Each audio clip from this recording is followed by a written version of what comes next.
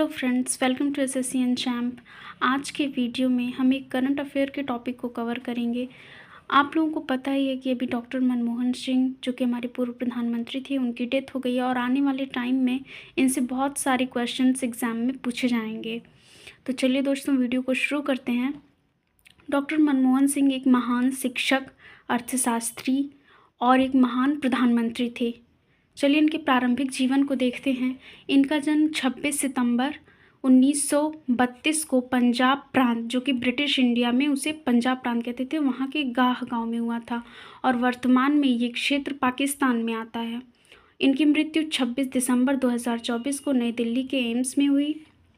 इनके पिता का नाम गुरमुख सिंह, इनकी माता का नाम अमृत कौर, इनकी पत्नी का नाम गुरुशरण कौर और इनके 3 बच्चे हैं, जो कि तीनों बेटियां हैं, जिनके नाम हैं उपिंदर सिंह, दमन सिंह और अमृत सिंह। ये इनके प्रारंभिक जीवन के से महत्वपूर्ण जो तथ्य थे ये वो हो गए। अब हम इनकी शिक्षा पर चलते हैं।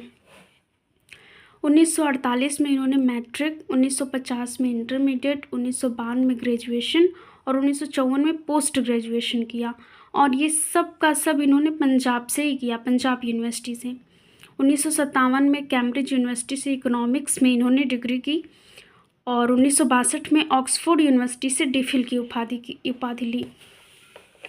अब हम इनके राजनीतिक जीवन पर आ जाते हैं, लेकिन उससे पहले हम देख लेते हैं कि राजनीति में आने से पूर्व इनकी क्या क्या उपलब्धियां रहीं। जैसा कि मैंने आपको बताया कि ये एक महान शिक्षक थे। इन्होंने अपनी सेवाएं शिक्षक के तौर पर पंजाब यूनिवर्सिटी और दिल्ली स्कूल ऑफ इकोनॉमिक्स में दी। इसके बाद ये 1972 से 76 तक मुख्य आर्थिक सलाहकार थे। 1982 से 85 तक आरबीआई के 15वें गवर्नर थे। ये बहुत इंपॉर्टेंट फैक्ट है।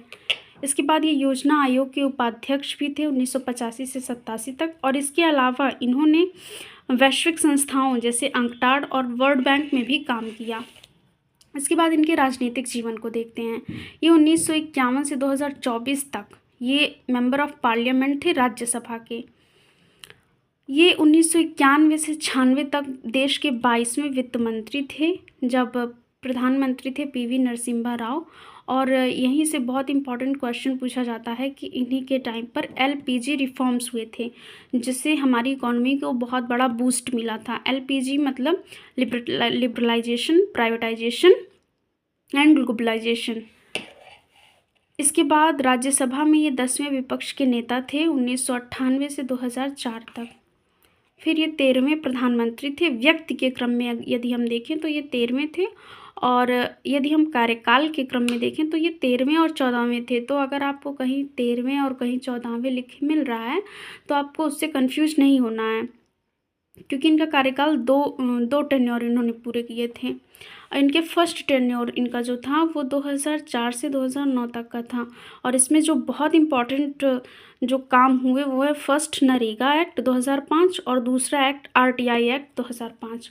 और अब हम इनका सेकेंड टेन्योर देखते हैं। इनका सेकेंड टेन्योर 2009 से 2014 तक था।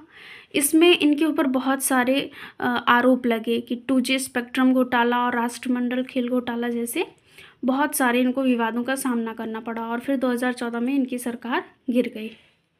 अब इन्होंने जो पुरस्कार पाए हैं हम उनको देख लेते हैं। राष्ट्रीय पुरस्कार में इन्हें 1987 में पद्म विभूषण मिला, जो कि हमारे देश का सेकेंड हाईएस्ट सिविलियन अवार्ड है। विदेशी पुरस्कार की श्रेणी में इन्हें 2010 में ऑर्डर ऑफ किंग अब्दुल अजीज, जो कि सऊदी अरेबिया का फर्स्ट हाईएस्ट सिविलियन अवार्ड है, वो मिला। 2014 में ऑर्डर ऑफ पॉलिना फ्लावर्स, जो कि जापान का अवार्ड है, वो इन्हें मिला। और एक और इम्पॉर्टेंट है, 1956 में इन्हें कैम्ब्रिज विश्वविद्यालय का एडम स्मिथ पुरस्कार मिला। हालांकि इन्हें और भी पुरस्कार और सम्मान मिले हैं, लेकिन हमारे लिए जो मोस्ट इम्पॉर्टेंट है वो ये हैं। इसके बाद इनकी किताबें देख लेते हैं जो इन्होंने लिखी हैं और इससे एसएससी बहुत से क्वेश्चन पूछती आई है, जैसे कि चेंजिंग इंडिया इनकी ऑटोबायोग्राफी है जो इन्होंने 2019 में लिखी।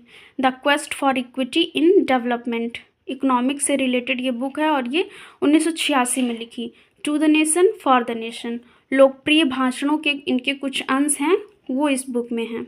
2006 making democracy for pro poor development 2003 में लिखी गई ये book. Chile institutions and policies, ये 2004 में लिखी गई। चिली देश के उल्लेखनीय आर्थिक विकास के बारे में।